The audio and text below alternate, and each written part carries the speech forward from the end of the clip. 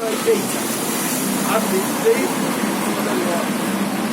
তাই সোজা সাতটা কথায় আমাদের সমস্ত গরিব মানুষকে ঐক্যবদ্ধ করতে হবে, ওদের বিরুদ্ধে তাদেরকে বোঝাতে হবে, মানুষকে ঐক্যবদ্ধ করে আগামী দিনের লড়াইকে আরো জোরদার করতে হবে। কারণ পেট্রোল ডিজেল থেকে শুরু করে সমস্ত কিছু দাম দিনের পর থাকবে, প্রত্যেকটা জিনিসের দাম বাড়ছে।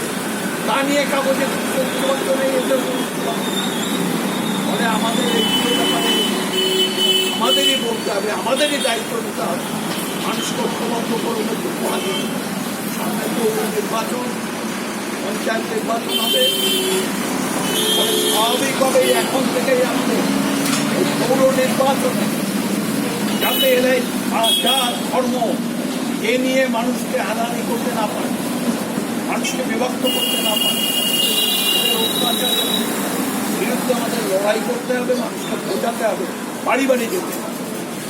এই কাজ করা হলে পরই তবেই আমরা পারবো। সবাই